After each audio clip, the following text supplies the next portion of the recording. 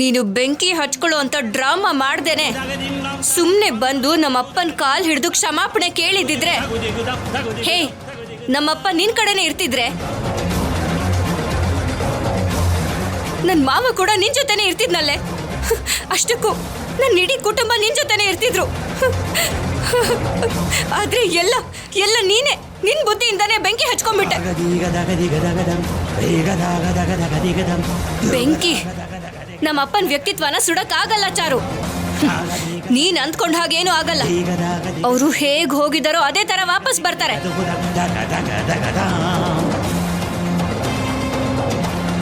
ನೀನು ಖೈದಿಯಾಗಿ ಒಳಗಡೆಗೆ ಹೋಗ್ತೀಯ, ನೆನ್ಪಿಟ್ಕೋ. ರಾಜಿ ರಾಜಿ ರಾಜಿ ಸುಮ್ಮನಿರಮ್ಮ. ಚಾರು ಚಾರು ದಯವಿಟ್ಟು ನನ್ನ ಮಾತು ಕೇಳು. ಇವಳು ಏನೇನೋ ಹೇಳ್ತಾಳೆ, ಅದನ್ನೆಲ್ಲ ನಂಬೇಡ. ನೋಡು, ನಿನ್ನಲ್ಲಿ ನಾನು ಕ್ಷಮಾಪಣೆ ಕೇಳ್ತೀನಿ, ದಯವಿಟ್ಟು. ಅಬ್ಬಾ, ತಾಯಿ ಮಗಳು ಎಷ್ಟು ಚೆನ್ನಾಗಿ ನಾಟಕ ಮಾಡ್ತಿದ್ದೀರಾ. ಮಾಡೋದ್ನೆಲ್ಲ ಮಾಡಿ ಹೇಳ್ಬೇಕಾಗಿರೋದ್ನೆಲ್ಲ ಹೇಳಿ ತಪ್ಪೆಲ್ಲ ನಂದೆ ಅನ್ನೋ ಹಾಗೆ ಚೆನ್ನಾಗಿ ಮಾತಾಡ್ತಾ ಇದ್ದೀರಾ. ಅದೇನೇ ಆಗ್ಲಿ ನಿಮ್ಮನ್ನ ಸುಮ್ಮನೆ ಬಿಡೋ ಮಾತೇ ಇಲ್ಲ. ಚಾರು ಅಮ್ಮ, ಅದ ಮನುಷ್ಯರಿಗಾದ್ರೆ ಮಾತು, ಪ್ರಾಣಿಗಾದ್ರೆ ಏಟು. ಇಂಥವ್ರ ಹತ್ರ ಎಲ್ಲ ಮಾತು ಕೆಲ್ಸಕ್ಕೆ ಬರಲ್ಲ ಅಮ್ಮ. ಕೈಗಳೇ ಮಾತಾಡ್ಬೇಕು. ರಾಜಿ ನಡಿಯಮ್ಮ, ಬಾ. ಅಲ್ಲ ಕಡೆ ರಾಜಿ.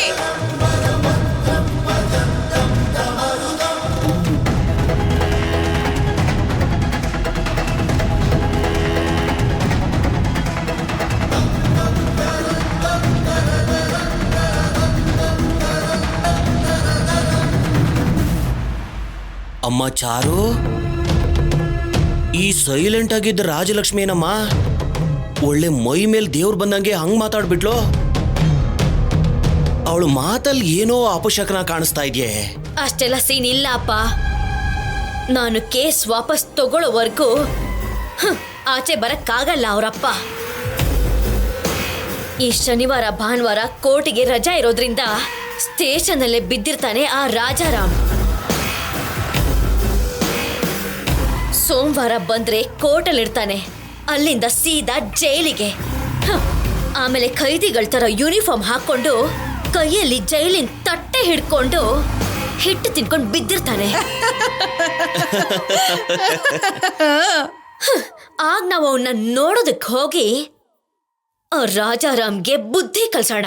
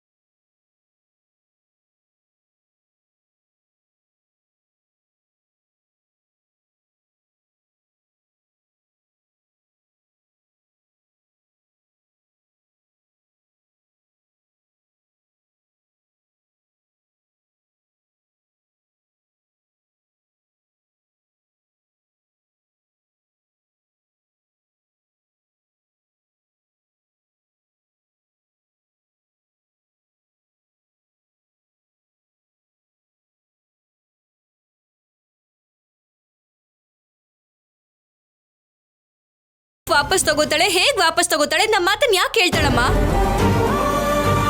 ನಾವೇ ಅನಾವಶ್ಯಕವಾಗಿ ಆ ಸೈಕೋ ಹತ್ರ ಹೋಗಿದ್ವಿ. ಅಷ್ಟಕ್ಕೂ ಅಪ್ಪ ಯಾವ ತಪ್ಪು ಮಾಡಿಲ್ಲ ಅಮ್ಮ. ನಾವ್ಯಾಕೆ ಬೇಜಾರು ಮಾಡ್ಕೋಬೇಕು? ಯಾಕೆ ಹೆದರ್ಕೋಬೇಕು? ಸುಳ್ಳು ಕೇಸು ಎಷ್ಟು ದಿನ ನಿಲ್ಲತ್ತೆ ಹೇಳು? ನೀನೇನು ಹೆದರ್ಕೋಬೇಡಮ್ಮ. ಅಪ್ಪನ ಕೇಸಿಂದ ಹೇಗೆ ಹೊರಗಡೆ ಕರ್ಕೊಂಡ್ಬರ್ಬೇಕು ಅನ್ನೋದು ನನಗೆ ಗೊತ್ತಿದೆ ಅಮ್ಮ. ನೀನು ಅಳ್ಬೇಡಮ್ಮ, ನಾನು ನೋಡ್ಕೋತೀನಿ. ನಾನು ಅಪ್ಪನ ಹೊರ ಕರ್ಕೊಂಡ್ಬರ್ತೀನಿ.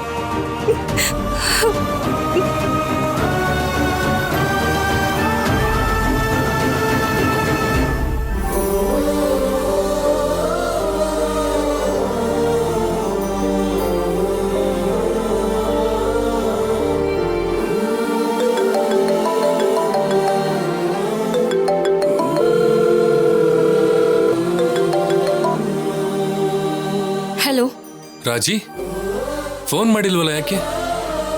ಯಾಕೆ? ಅಂದ್ರೆ ಆಗ್ಲೇ ನಿನಗೆ ಸೀರೆ ತೋರ್ಸಿದ್ಮೇಲೆ ಇದನ್ನ ಪ್ಯಾಕ್ ಮಾಡಿಸ್ದಾಗಿಂದ ಇದು ನನ್ನ ಕೈಯಲ್ಲಿ ನಿಲ್ತಾ ಇಲ್ಲ ರಾಜಿ.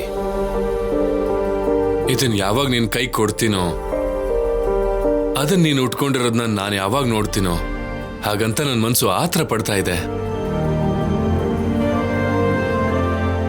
ಸರಿ, ಈಗಲೇ ನಿಮ್ಮ ಮನೆಗೆ ತಗೊಂಡ್ ಬರೋಣ ಅಂತ ಕಾಲ್ ಮಾಡಿದೆ. ಬಂದ್ಬಿಡ್ಲಾ?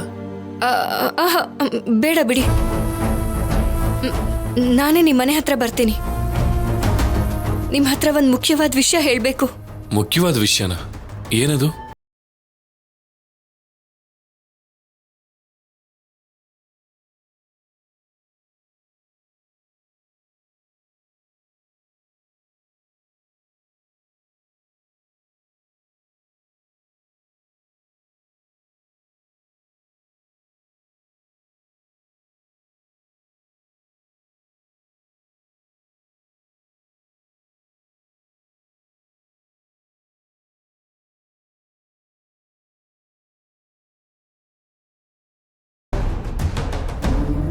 ಆದ್ಯ.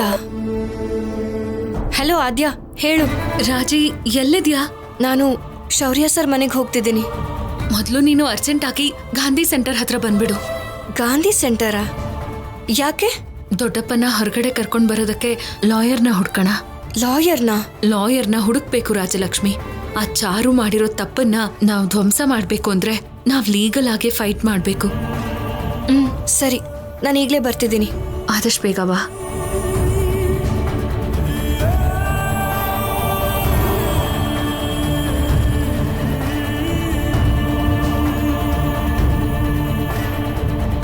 ಎಲ್ಲಿಂದ ಬಂದಿದ್ದೀರಮ್ಮ? ರಾಮಾಪುರದಿಂದ ಬಂದಿದ್ದೀವಿ ಸರ್. ರಾಮಾಪುರದಿಂದ ಬಂದಿದ್ದೀರಾ? ಹೌದು ಸರ್. ನೋಡೋದಕ್ಕೆ ಕಾಲೇಜ್ ಹುಡುಗಿರ್ ತರ ಇದ್ದೀರಾ. ಏನಾದ್ರೂ ಲಾ ಸಬ್ಜೆಕ್ಟಿಗೆ ಸಂಬಂಧಪಟ್ಟಿರೋ ಡೌಟ್ಗೋಸ್ಕರ ಬಂದಿದ್ದೀರಾ? ಇಲ್ಲ ಸರ್, ನಮ್ಮ ಮನೇಲಿರೋ ಒಂದ್ ಚಿಕ್ಕ ಸಮಸ್ಯೆಯಿಂದ ನಿಮ್ ಹತ್ರ ಬಂದಿದೀವಿ. ನಿಮ್ ಮನೇಲಿ ಸಮಸ್ಯೆನಾ? ಇಬ್ರು ಹೆಣ್ಮಕ್ಳು ಬಂದು ಇಷ್ಟು ವರ್ಷಕ್ಕೆ ನನ್ಗೊಂದು ದೊಡ್ಡ ಶಾಕ್ ಕೊಡ್ತಿದ್ದೀರಲ್ಲ. ಯಾಕೆ ಸರ್, ನಾವೇನ್ ಶಾಕ್ ಕೊಡ್ತಿದ್ದೀವಿ?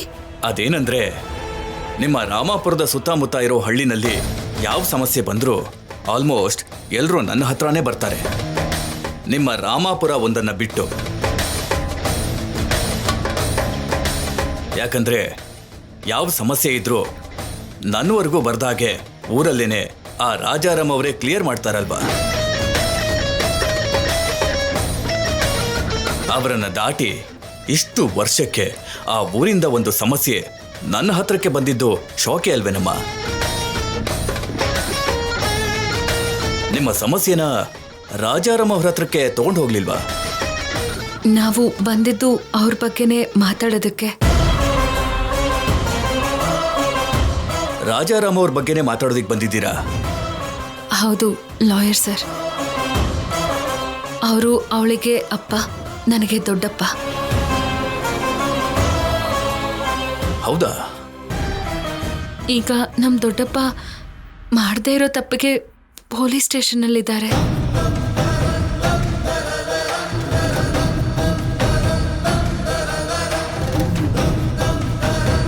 ರಾಮಾಪುರ ರಾಜಾರಾಮ್ ಅವರು ಸ್ಟೇಷನ್ ಅಲ್ಲಿದ್ದಾರ?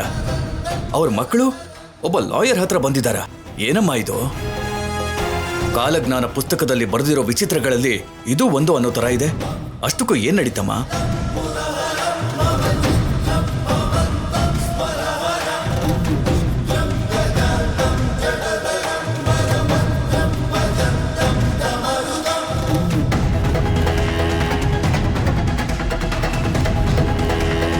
ಅಯ್ಯೋ, ಇಷ್ಟೆಲ್ಲ ನಡೆದೋಯ್ತಾ?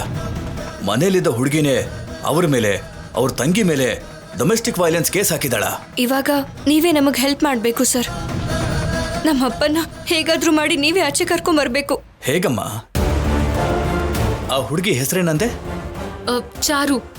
ಚಾರುಲತಾ. ಚಾರುಲತಾ ಉದ್ದೇಶಪೂರ್ವಕವಾಗಿ ನಿಮ್ಮಪ್ಪನ್ನ ಈ ಕೇಸಲ್ಲಿ ಸಿಕ್ಕಾಕ್ಸಿದ್ದಾಳೆ ಅಂತ ನೀವು ಏನ್ ಹೇಳ್ತಾ ಇದ್ದೀರೋ ಅದಕ್ಕೆ ನಿಮ್ಮ ಹತ್ರ ಯಾವುದೇ ಸಾಕ್ಷಿ ಕೂಡ ಇಲ್ಲ.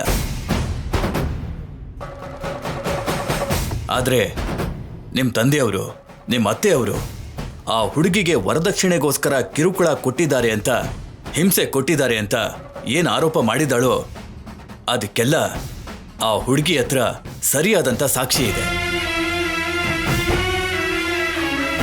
ಅದಕ್ಕೆ ಕಾನೂನು ತನ್ನ ಕೆಲಸನ ತಾನು ಮಾಡೋದು ಬಿಟ್ರೆ ಇನ್ನೇನು ಮಾಡಕ್ಕಾಗಲ್ಲಮ್ಮ. ರಾಜಾರಾಮ್ ಅವರು ಸ್ಟೇಷನ್ನಿಂದ ಕೋರ್ಟ್ಗೆ, ಕೋರ್ಟಿಂದ ಜೈಲಿಗೆ ಹೋಗೋದು ಬಿಟ್ರೆ ಅಷ್ಟು ಬೇಗ ಹೊರಗಡೆ ಬರಕ್ಕಾಗಲ್ಲ. ನಾನು ಕರ್ಕೊಂಡು ಬರಕ್ಕಾಗಲ್ಲ.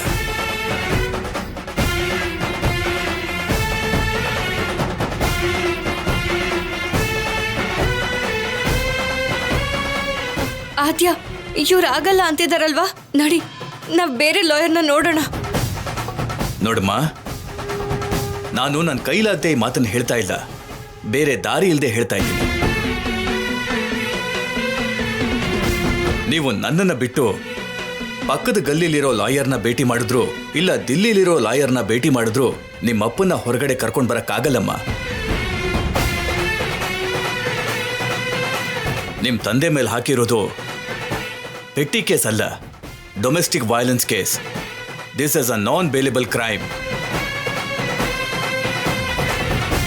ನೀವು ಎಷ್ಟೇ ಲಾಯರ್ನ ಭೇಟಿ ಮಾಡಿದ್ರು ನಿಮ್ಮ ತಂದೆಗೆ ಬೇಲ್ ಸಿಗಲ್ಲಮ್ಮ.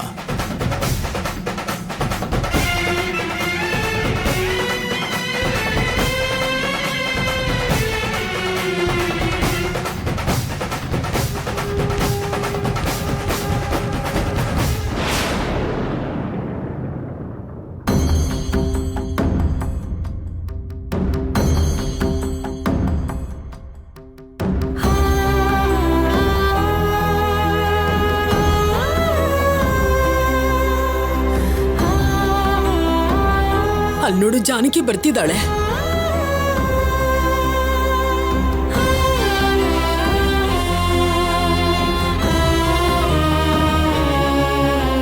ಜಾನಕಿ, ಜಾನಕಿ, ಏನಾಯ್ತು ಜಾನಕಿ? ರಾಜನ್ ಮಾತಾಡ್ಸಿದ್ಯಾ?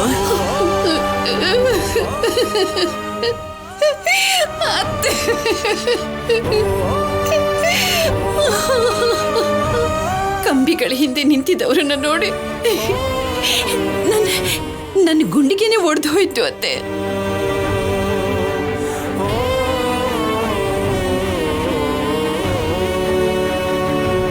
ಈ ರಾಮಾಪುರದಲ್ಲಿ ಸಾಕ್ಷಾತ್ ರಾಮನ್ ಹಾಗೆ ಓಡಾಡ್ತಿದ್ದವ್ರನ್ನ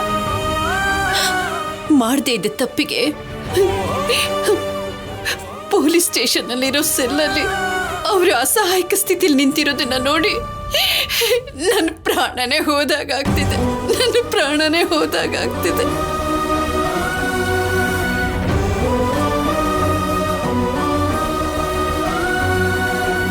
ನಾನ್ ಸಿಐನ ಎಷ್ಟು ಕೇಳ್ಕೊಂಡೆ, ಎಷ್ಟು ಬೇಡ್ಕೊಂಡೆ.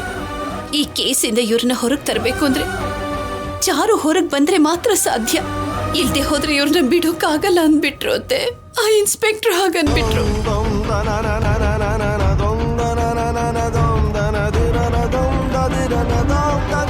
ಆ ವಿಷಯನ ನಿಮ್ ಮಗನ ಹತ್ರ ಹೇಳ್ದೆ ಅತ್ತೆ. ನಿಮ್ ಮಗ ಎಷ್ಟು ಬೇಡ ಅಂದ್ರು ನಾನು ಕೇಳ್ದೆ.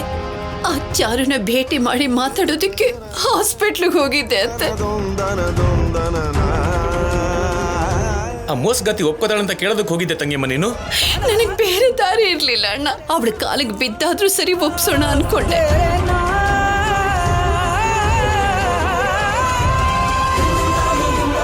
ಮತ್ತೇನಂದ್ಲು ಅಶೂರ್ಪನಕ್ಕಿ? ಕೇಸ್ ವಾಪಸ್ ತಗೊಳ್ಳೋದಿಕ್ಕೆ ಒಪ್ಕೊಂಡ್ಲಾ? ಅವಳು ಹಾಕಿದ ಷರತ್ತುಗಳಿಗೆ ಒಪ್ಪಿಗೆ ಕೊಟ್ರೆ ಮಾತ್ರನೇ ಕೇಸ್ನ ವಾಪಸ್ ತಗೋತೀನಿ ಅಂತ ಹೇಳಿದ್ಲತ್ತೆ. ಷರತ್ತ ಏನದು?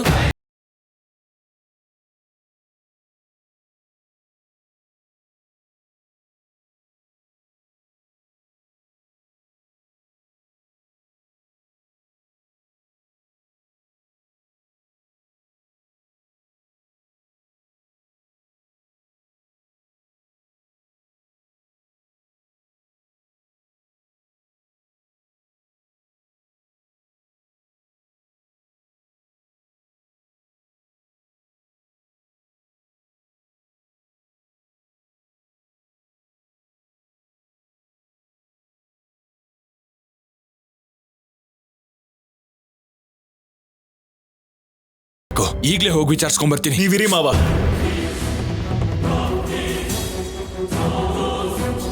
ಅತ್ತೆಗೆ ಮರ್ಯಾದೆ ಕೊಡ್ದೇನೆ ಮಾವನೇ ಕ್ಷಮೆ ಕೇಳಬೇಕು ಅಂತ ಆಸೆ ಪಡ್ತಿರೋಳ್ಗೆ ನಾನ್ ಬುದ್ಧಿ ಕಲ್ಸ್ಬಿಟ್ಟು ಬರ್ತೀನಿ. ಮಾವನೇ ಕ್ಷಮೆ ಕೇಳಬೇಕು ಅಂತ ಕೇಳಿದ್ಲಲ್ಲ, ಅವಳಿಗೆ ನಾನ್ ಸಮಾಧಿ ಕಟ್ತೀನಿ. ನಮ್ಮಮ್ಮ ಹೋದಾಗ ಸೀಮೆಣ್ಣೆ ಸುರ್ಕೊಂಡು ಬೆಂಕಿ ಹಚ್ಕೊಂಡು ನಾಟಕ ಮಾಡಿದ್ಲಲ್ಲ, ಇವಾಗ ಅದೇ ಸೀಮೆಣ್ಣೆನ ಅವಳ ಮೇಲೆ ಸುರಿದು ನಿಜವಾಗ್ಲೂ ಬೆಂಕಿ ಹಚ್ಬಿಟ್ಟು ಬರ್ತೀನಿ. ಸೀನು, ಏ ಸೀನು,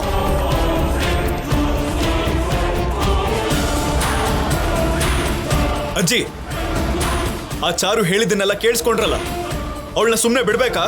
ಬಿಡ್ಬೇಕು. ಬಿಟ್ಬಿಡು.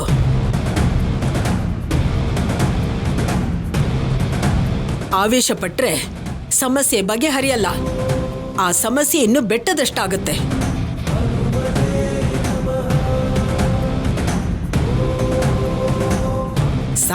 ಸಾಯಿಸ್ತೀನಿ ಅಂತ ದೊಡ್ಡ ವೀರಂತರ ಹೋಗ್ತಿದ್ಯಾ? ಸಾಯಿಸ್ಬಿಟ್ಟು ಏನ್ ಸಾಧಿಸ್ತೀಯೋ? ಕೊಲೆಗಾರನಾಗಿ ಜೈಲಿಗೆ ಹೋಗ್ತೀಯ.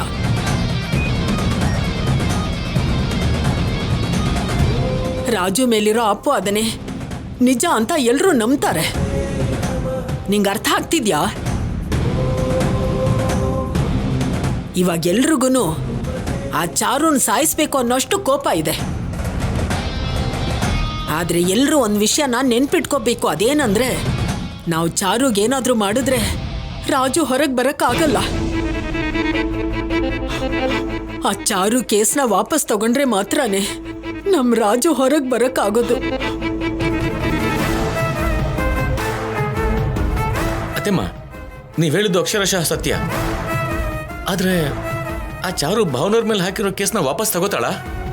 ಆ ಚಾರು ರಾಜು ಮೇಲ್ ಕೇಸ್ ಹಾಕಿ ಅರೆಸ್ಟ್ ಮಾಡಿಸ್ತಾಳೆ ಅಂತ ಯಾರಾದ್ರೂ ಅನ್ಕೊಂಡಿದ್ವಾ?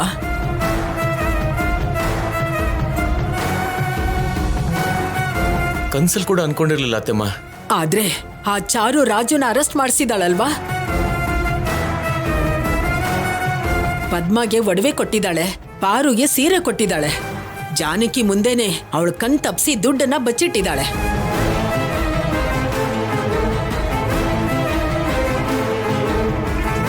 ಅದು ಅಲ್ದೆ ಪದ್ಮ ಅವ್ರ ಮನೆಗೆ ಹೋದಾಗ ಅವಳೇ ಬೆಂಕಿ ಇಟ್ಕೊಂಡು ಪದ್ಮ ಮೇಲೆ ಆಪಾದನೆ ಹೊರಿಸಿ ಆಸ್ಪತ್ರೆಯಲ್ಲಿ ಹಾಯಾಗಿ ಮಲ್ಕೊಂಡು ರಾಜುನ ಪದ್ಮನ ಅರೆಸ್ಟ್ ಮಾಡಿಸಿದಾಳಲ್ವಾ? ನೀವು ಕನ್ಸಲ್ಲೂ ಅನ್ಕೊಳ್ದೆ ಇರೋದನ್ನ ಅವಳು ಸಾಧಿಸಿ ತೋರಿಸ್ಬಿಟ್ಟಿದ್ದಾಳಲ್ಲ. ಹೌದತ್ತೆಮ್ಮ. ದೇವ್ರಂತ ಮನುಷ್ಯನ್ನ ಒಂದಿರುವೆಗೂ ನೋವು ಮಾಡ್ದಿರೋ ವ್ಯಕ್ತಿನ ಆ ಚಾರು ಅಷ್ಟು ತಲೆ ಓಡಿಸಿ ಎಲ್ಲ ಪ್ಲಾನ್ ಮಾಡಿ ರಾಜುನ ಪದ್ಮನ ಅರೆಸ್ಟ್ ಮಾಡಿಸಿದಾಳೆ ಅಂದ್ರೆ, ನಾವು ಕೂಡ ಬುದ್ಧಿ ಉಪಯೋಗಿಸಿ ಆವೇಶನ ಪಕ್ಕದಲ್ಲಿಟ್ಟು ಚೆನ್ನಾಗಿ ಯೋಚನೆ ಮಾಡಿ ಅವಳಕ್ಕಿಂತ ದೊಡ್ಡ ಪ್ಲಾನ್ ಮಾಡಿ ಅವಳಾಗೆ ತಪ್ಪನ್ನ ಒಪ್ಕೊಂಡು ರಾಜು ಕಾಲಿಗೆ ಬಿದ್ದು ಕೇಸ್ನ ವಾಪಸ್ ತಗೊಳ್ಳೋ ಹಾಗೆ ಮಾಡ್ಬೇಕು ನಾವು. ನಮ್ಮಿಂದ ಆಗಲ್ವಾ?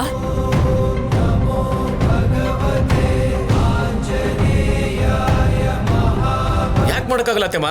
ಅಮಾಯಕಿ ತರ ನಾಟಕ ಮಾಡಿ ಚಾರುನ ಎಷ್ಟು ಮಾಡಿದಾಗ ನಾವಿಷ್ಟು ಜನ ಇದೀವಿ, ನಾವೇನ್ ಮಾಡಕ್ಕಾಗಲ್ವಾ? ಮಾಡಕ್ಕಾಗತ್ತೆ ಅತ್ತೆಮ್ಮ.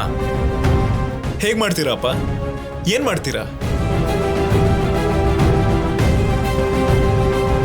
ನೀವು ಹೋದ್ರೆ ನಿಮಗೆ ಮಾತಾಡಕ್ಕೆ ಏನ್ ಹಕ್ಕಿದೆ ಅಂತ ಕೇಳ್ತಾಳೆ. ಅವಾಗ ಏನ್ ಹೇಳ್ತೀರಾ ನೀವು? ಹೇಳಿ.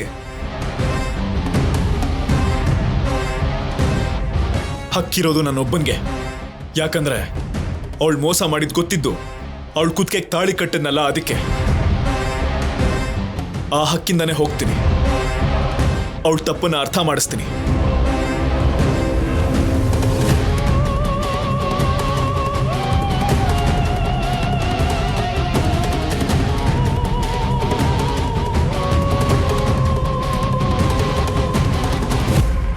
ಏನ್ರಿ, ಕಾಫಿ ತಗೊಳ್ಳಿ.